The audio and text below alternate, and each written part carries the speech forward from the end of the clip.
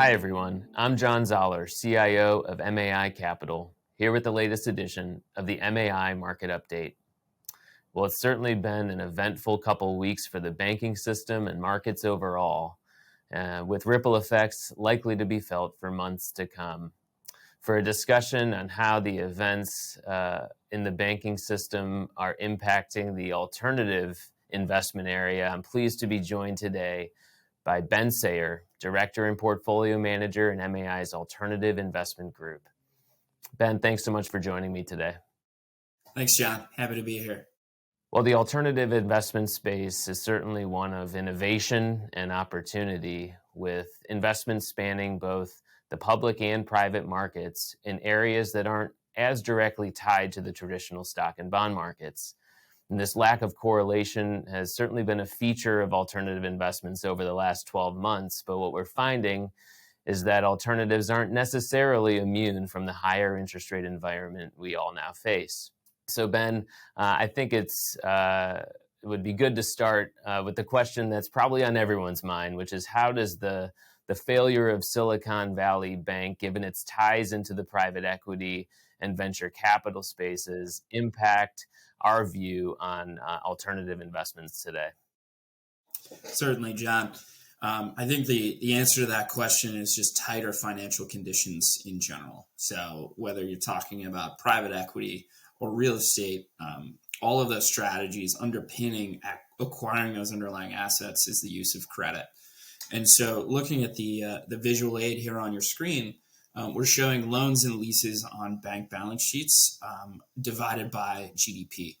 And so what you see here is whenever we have a gray bar or a recession, is there's a sharp spike, and that sharp spike isn't additional lending. It's simply just GDP dropping and loans and leases staying the same. But afterwards, what you see is a sharp retrenchment or a reduction in the amount of credit in the system. And I think that's what we're going to see post the fallout of Silicon Valley Bank. And what we saw before the Silicon Valley Bank failure was there was a sharp dislocation between the expectations of buyers and sellers, where sellers believed they could sell an asset at a higher price a few years ago, and buyers saying interest rates are higher today. It's an uncertain financial conditions. I'm only willing to pay this. And so what we hope to see is this stress as we work our way through it, as a way or a catalyst for those buyers and sellers to meet somewhere in the middle, and we start to see transactions start to happen in the market again. Well, that makes sense. And maybe if we could dive a little bit deeper into the area that I think all of our clients would be familiar with, and talk about real estate. I mean, I think you could argue that that's been the area that's benefited the most from the cheap financing environment we've had for 10 plus years. Now that's starting to change. Does it mean that it's inevitable we see a downturn in real estate values as a result?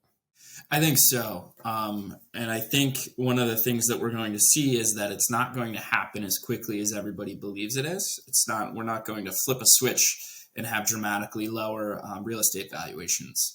I think both parties in real estate markets today are going to be incentivized to kind of kick the can down the road and figure out where we're going to go and where valuations should finally end up. And so I think there's two key markets that we should talk about, the first being office. So coming off of the tail end of the COVID-19 pandemic, we saw dramatic changes in the way people go into the office, where people work, and how they do that. So if you're you run an office, you have employees coming in. Before they may have been coming in 5 days a week. Now they may be coming in 3 days a week. Some employees may not be coming in at all. And so if you signed an office lease that had a 5-year term in 2019, you're probably not defaulting on that lease today, but you are thinking very hard on what my office needs are going to be when I go to renegotiate that lease. So I may give some space back. I may move office buildings to a nicer location with a little less space. A lot of those things are going to happen over the next 3 years. And so what we see is even with high quality performing office assets, banks aren't really willing to lend against those. So if you get to the end of your loan maturity, the bank may come to you and say, hey, let's extend your loan for 2 years. We may take a higher interest rate, but let's see where the market shakes out. And so that level of uncertainty is just going to play out for as long as those leases are turning over, which we expect to happen over the next 2 to 3 years. And then the second area that we see a lot of uncertainty in is multifamily. And so we agree with the consensus idea that there's a housing shortage in the United States. And so with the visual that's on your screen now, what we're showing here is total housing starts, both multifamily and single family, divided by the total number of households. And so you can see a dramatic shift as we saw, in the 70s and the 80s in the number of households we were forming, as well as the number of housing units we were building. And so post GFC or post 2009, that number has dropped dramatically. And what that leads to is higher housing prices and higher rents in multifamily. And what we don't believe that means is that any multifamily housing investment is a good investment, no matter where or no matter at what valuation. So we saw a lot of multifamily developers and a lot of multifamily acquirers thinking that we could raise rents indefinitely. And so we can go out and buy a multifamily asset at any price. And so that's certainly proven to be false as interest rates have started to rise. And we actually saw some rent growth slow over 2022. And so given those two things, going back to the heart of your question, John, I think it's going to be a period of uncertainty going forward. But that doesn't mean that investments will necessarily perform poorly. It's just going to be a rocky period for the next couple of years.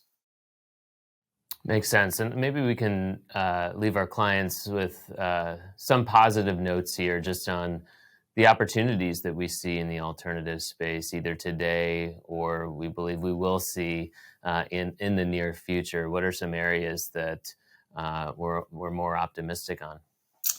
Yeah, John. And I think we've said uncertainty enough today. I'll probably say it more though. But we do see opportunity. And so we see opportunity in one, going back to that housing chart or shortage chart. We do believe there is a housing shortage. The United States in general needs to build more housing. And so areas where we see attractiveness are if we can be senior in the capital stack, whether in a mezz or a preferred equity position in providing financing to build new multifamily housing units. We see that as an attractive way to get exposure to multifamily, but also have some downside protection by having common equity underneath of us. Another area where we see, an opportunity is in the triple net real estate market. So if you're buying a triple net real estate leased asset to a single tenant that has a great credit rating at a reasonable valuation with a great amount of lease term left, we see the certainty in those underlying cash flows providing us a good yield today, as well as some downside protection, given how structured those leases are and the certainty you get going out a number of years. So those are two areas where we see some green shoots. Also, we see, this uncertainty is certainly going to represent a reduction in valuations across the private equity markets and other alternative markets. And so we just want to reiterate to clients that we want to stay invested. We certainly don't want to panic sell any existing in the ground investments. But more importantly, we want to stay committed and stay focused to allocating to alternative markets today, because I think that re-rating and valuation is a really good sign for forward returns from here.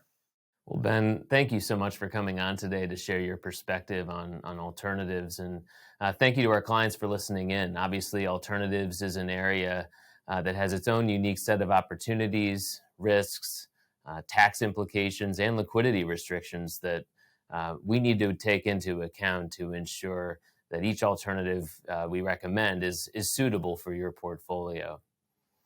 And as we continue to look ahead at the markets for the remainder of this year, we still expect a choppy period where alternatives can be a ballast to portfolios.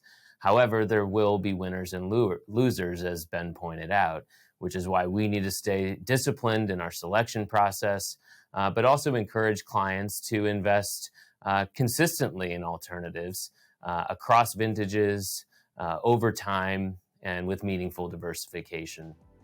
If you have any questions related to this topic or to your portfolio or in general, please reach out to your wealth advisor at any time. And thanks so much for listening, and we'll see you next time.